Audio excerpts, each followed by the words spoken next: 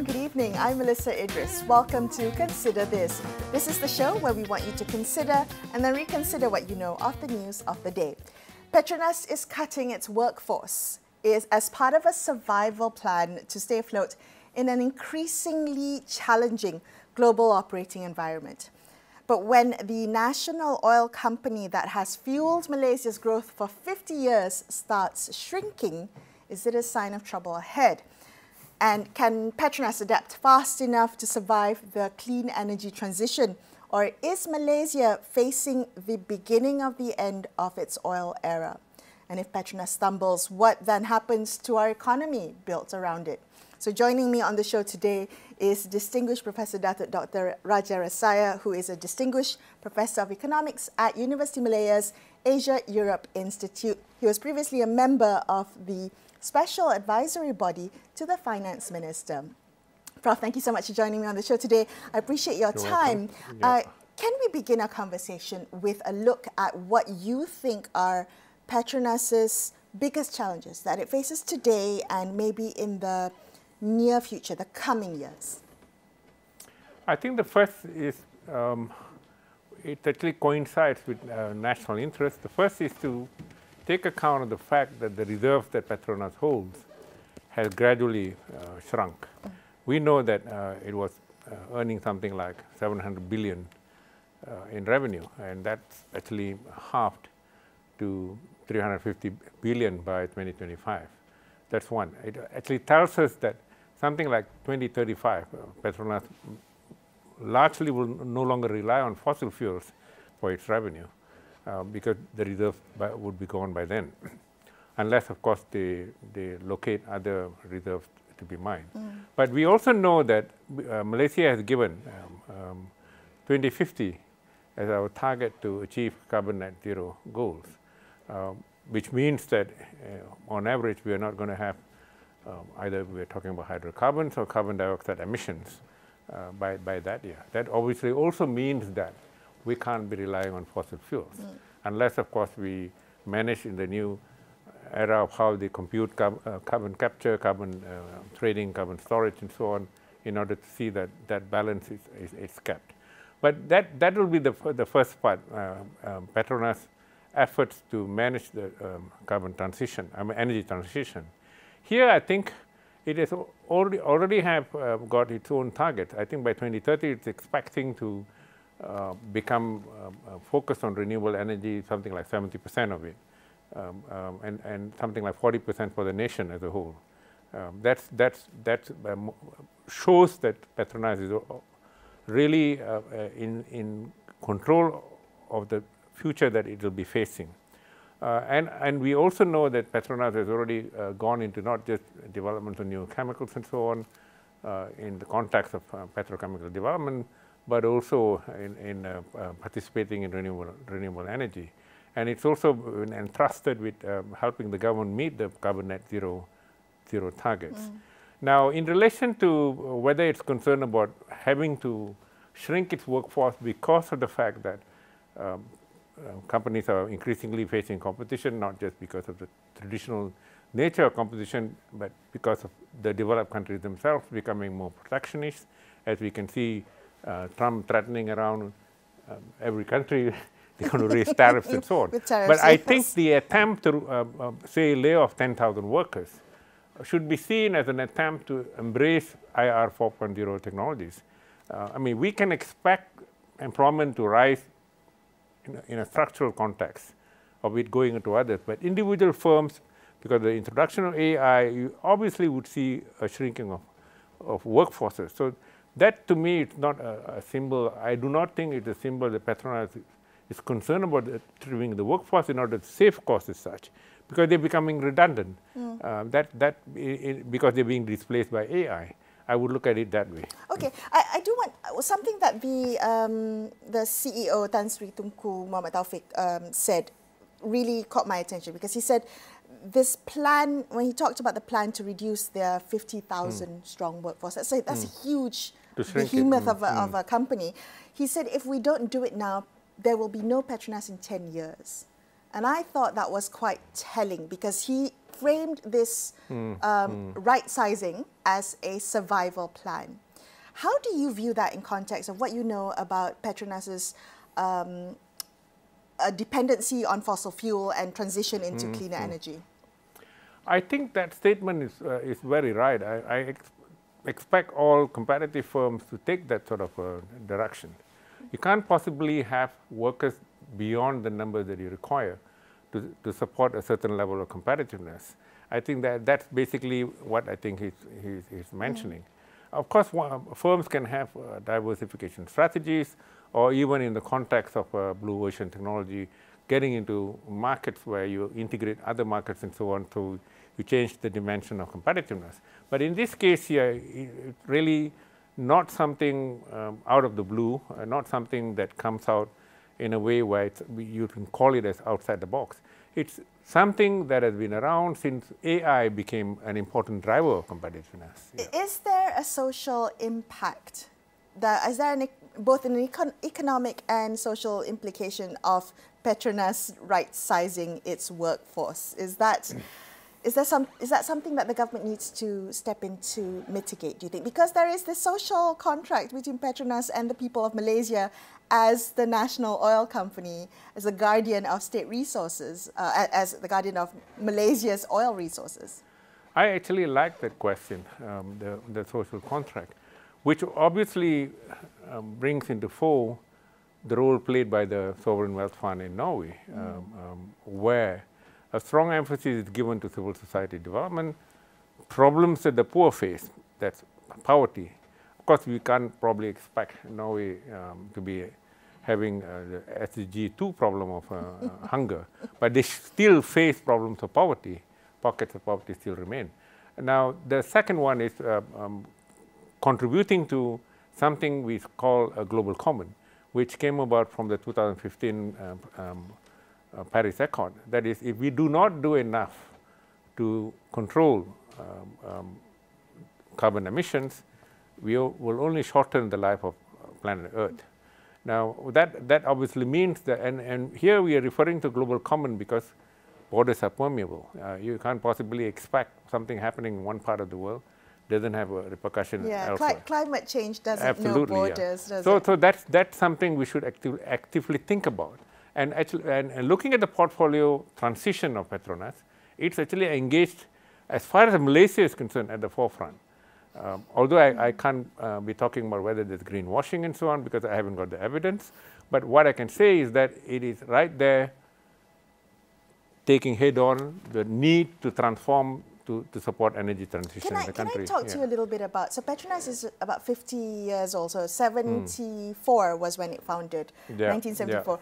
Can you talk to us a little bit about how much, beyond the financial contribution to the federal coffers, talk to us about how Petronas has essentially been part of the mandate of nation building. When we think about the role of Petronas in our industrialization as part of our economic development, how big of a role did they have? I think it's played a dominant role. It's good that the government decided that we have a national company, especially so when the resource rent is from our own soil, of course off the sea, but within our nautical mile coverage.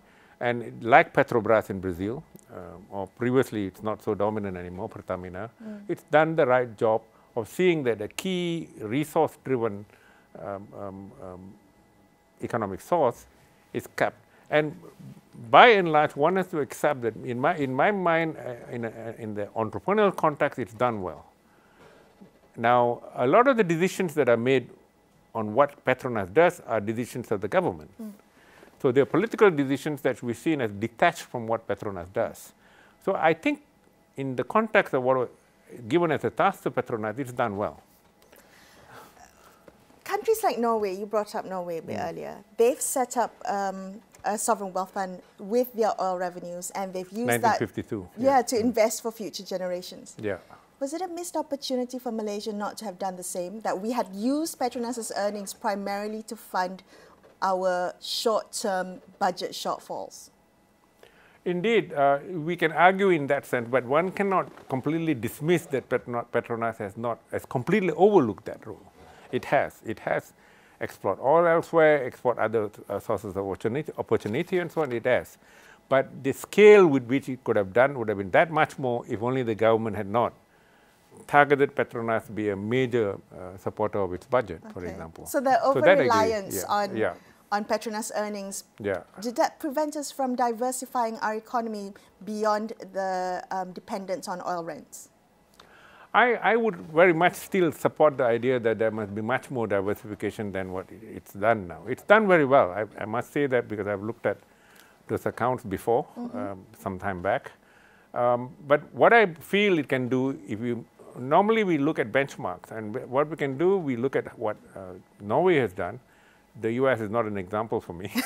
Now, I feel the contribution Petronas can make in the context of, you rightfully pointed out, the social contract.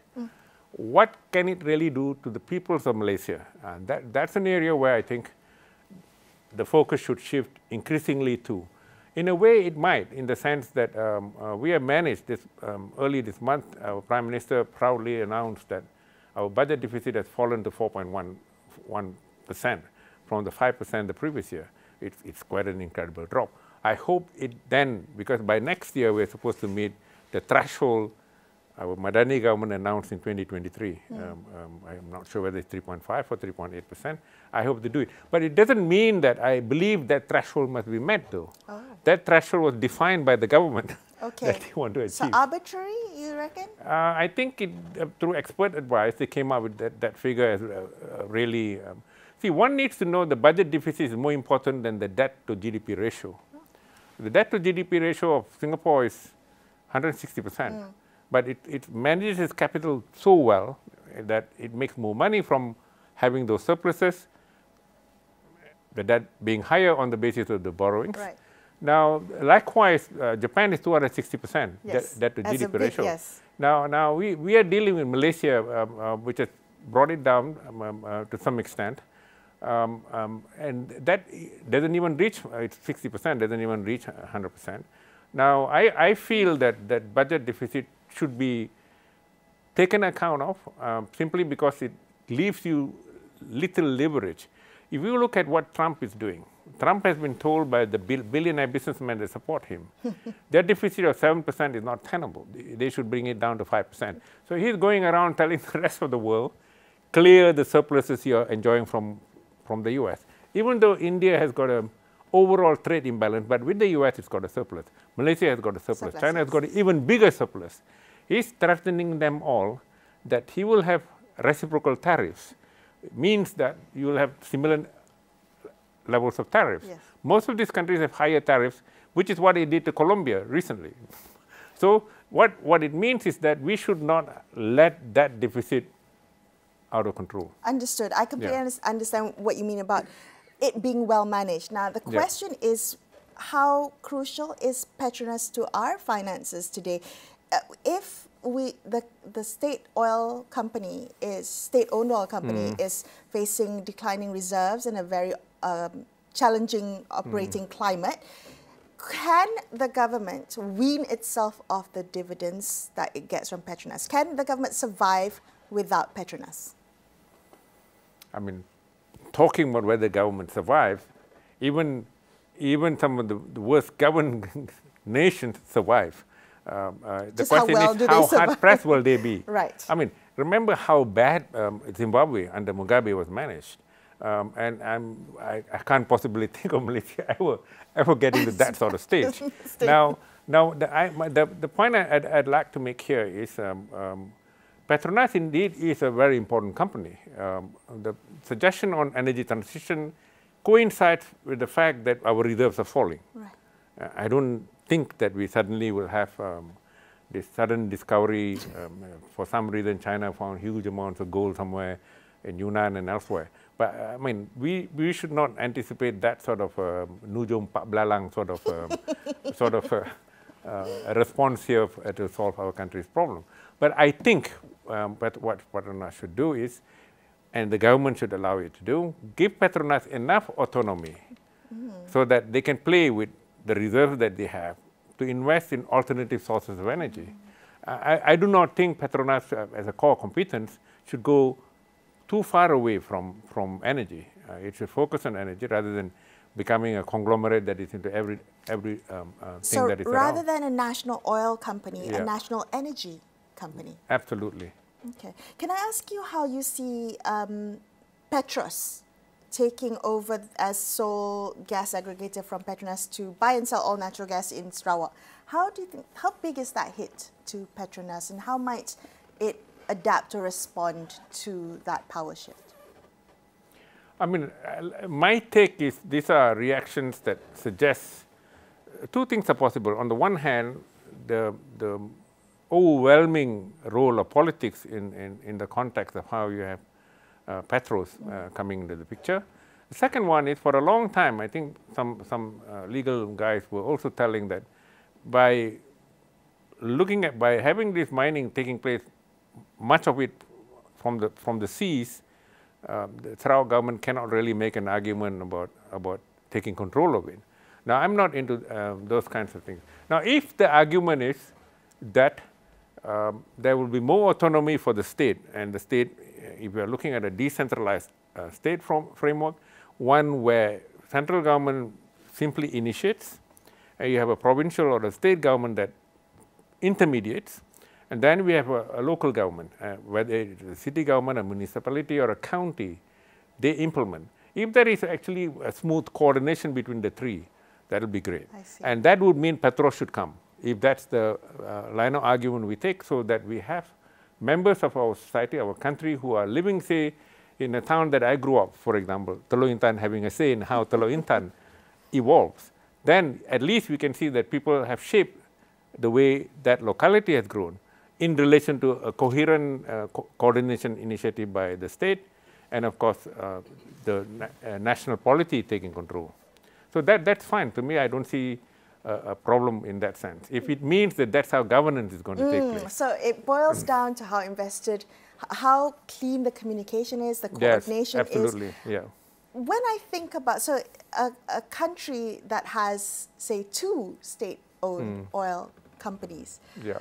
Is Petros's move a blow to Petronas's authority as Malaysia's national oil company? Is there something symbolic and political that we need to consider as part of this move, beyond of just the profits and the shifting of licenses and such? Let me mention that although I often reject the idea that because you're schooled in a certain field, you have more tacit knowledge, for example. I reject that. I was a business student first. I'm the former classmate of and a good friend of Idris, the Pemandu Minister. Now, having done business, some of us tend to feel that Petronas, being a large company, it's ranked something like 231 in the Fortune 500. It's a massive company. It surely will have that much of business know-how and tacitness to make decisions that are important for the country. But let's not take that as given. As a given, okay. Yeah. You see, it depends on scale and scope. Specializations depend on scale and scope. Scale here, whether you need a large market. And the second, scope, is you have lots of changes within that because different things are happening around. You aggregate scale on the basis of aggregating all the smaller things. Now, my important point here is just remember that Intel, the mighty company, after the 1989 Washington Treaty, Intel enjoyed sole copyright on microprocessors. Where is Intel now? Clearly overtaken by Taiwan Semiconductor Manufacturing Corporation. What really happened? To me, I think the slots that took place for that amount of time, and which took place quite some time ago because Intel was contracting out its leading processors to be fabricated by TSMC. There you can see quite clearly there wasn't really much competition for Intel now to the point where in the 89, because of the process of how it's done, not so the use of the product, which is the microprocessor, the copyright was given on that basis, which should have not been the case.